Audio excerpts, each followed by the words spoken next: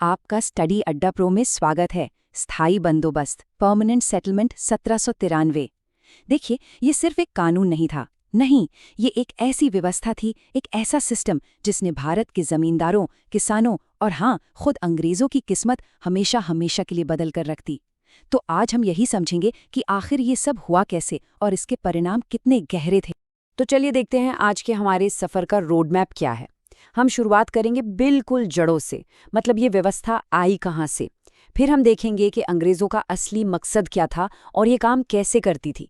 इसके बाद सबसे ज़रूरी बात कि इसका समाज और अर्थव्यवस्था पर असर क्या पड़ा। और आखिर में परीक्षा के नज़रिए से जो भी ज़रूरी पॉइंट्स हैं उन सबको एक साथ दोहराएंगे। तो सवाल उठता है कि इस कहानी की शुरुआत हुई कहाँ से। देखिए, 1793 का ये इतना बड़ा फैसला कोई रातों रात नहीं लिया गया था। इसके पीछे ना दशकों की उथल पुथल थी, कई नाकाम कोशिशें थीं और एक ऐसी तलाश थी जो अंग्रेजों को सोने नहीं दे रही थी। एक स्थिर, एक फिक्स्ड इनकम की तलाश। यहाँ आप साफ साफ देख सकते हैं कि अंग्रेज एक सही समाधान खोजने के लिए कितना संघर्ष कर रहे थे। 1765 में जैसे ही उन्हें राजस्व का अधिकार मिला, उन्होंने एक्सपेरिमेंट शुरू कर दिए। पहले 5 साल की व्यवस्था लाए, फिर उसे बदलकर हर साल नीलामी करने लगे, लेकिन कुछ भी ठीक से काम नहीं कर रहा था। हर सिस्टम में अनिश्चितता बनी हुई थी। आखिरकार 1790 में एक 10 साला बंदोबस्त आया, जिसने आगे चलकर स्थायी बंदोबस्त की नींव रखी। और फिर 1793 में लॉर्ड कॉर्नवालिस ने एक बहुत बड़ा दांव खेला। उन्होंने उसी 10 साला व्यवस्था को स्थायी मतलब परमानेंट बना दिया। अब आप इसे जमींदारी सिस्टम कहिए या इस्तेमरारी, बात एक ही थी। अब राजस्व की दर कभी नहीं बदली जाएगी, फिक्स हो गई।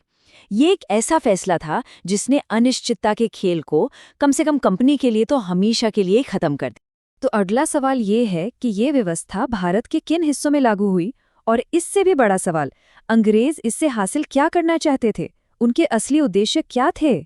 इसका जो केंद्र था वो था पूर्वी भारत, बंगाल, बिहार, ओडिशा और बनारस के कुछ हिस्से। और देखिए, ये कोई संयोग नहीं था, ये वही इलाके थे जहां ईस्ट इंडिया कंपनी ने अपनी जड़ें सबसे पहले जमाई थीं और जो उस वक्त भारत के सबसे ज्यादा उपजाऊ और अमीर क्षेत्रों में गिने जाते थे। अब आप कहेंगे कि ये तो ब्रिटिश भारत का सिर्फ 19% हिस्सा ही था, लेकिन बात यह है कि इस 19% का असर कहीं ज्यादा बड़ा था। क्यों? क्योंकि ये 19% इलाका भारत का सबसे अमीर और खेती के लिहाज से सबसे जरूरी हिस्सा था। तो जाहिर है, इस क्षेत्र पर कंट्रोल का मतलब था भारत की आर्थिक नब्ज पर अपनी पकड़ बना लेना। अंग्रेजों की पूरी रणनीति ना 3 पिलर्स पर टिकी थी। पहला और सबसे जरूरी मकसद एक फिक्स्ड और भरोसेमंद इनकम, ताकि लंदन में बैठे अधिकारी आराम से अपना बजट बना सकें। दूसरा, भारत में अपने वफादार साथी तैयार करना, मतलब एक ऐसा जमींदार क्लास बनाना जो अंग्रेजी हुकूमत का साथ दे। और तीसरा, इसी पैसे से भारत का माल खरीदकर उसे विदेश भेजना और मोटा मुनाफा कमाना। मतलब कृषि सुधार तो बस एक दिखावा था, असली मकसद तो पूरी तरह से कमर्शियल और पॉलिटिकल था। चलिए अब जरा इस सिस्टम की मशीनरी को समझते हैं। मतलब ये काम कैसे करता था, इसके नियम कानून क्या थे। यहाँ पर एक बहुत बड़ा और सच कहूं तो एक विनाशकारी बदलाव किया गया।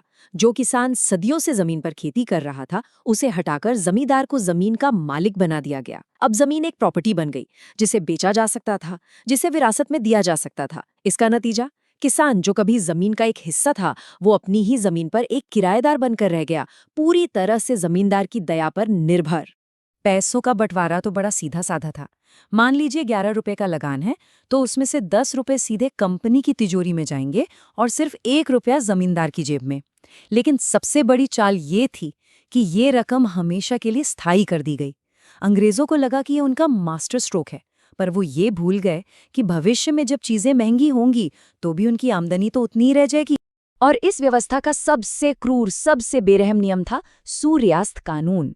जरा सोच कर देखिए, एक तारीख तय है और आपको सूरज डूबने से पहले लगान जमा करना है। अगर 1 मिनट की भी देरी हो गई तो आपकी पूरी जमींदारी नीलाम हो जाएगी। इस एक कानून ने कई पुराने और बड़े बड़े जमींदार घरानों को रातों रात सड़क पर ला दिया। ठीक है, तो हमने कानून और आंकड़ों की बात कर ली, लेकिन इन सब का असल में लोगों की जिंदगी पर क्या असर हुआ। इस व्यवस्था ने समाज में एक नई तरह की उथल पुथल मचा दी। एक बिल्कुल नया सोशल स्ट्रक्चर सामने आया। सबसे ऊपर थे अनुपस्थित जमींदार। ये शहरों की हवेलियों में रहते थे और जमीन से इनका कोई लेना देना नहीं था, सिर्फ किराए के। उनके और किसान के बीच में दलालों और बिचौलियों की एक लंबी फौज खड़ी हो गई।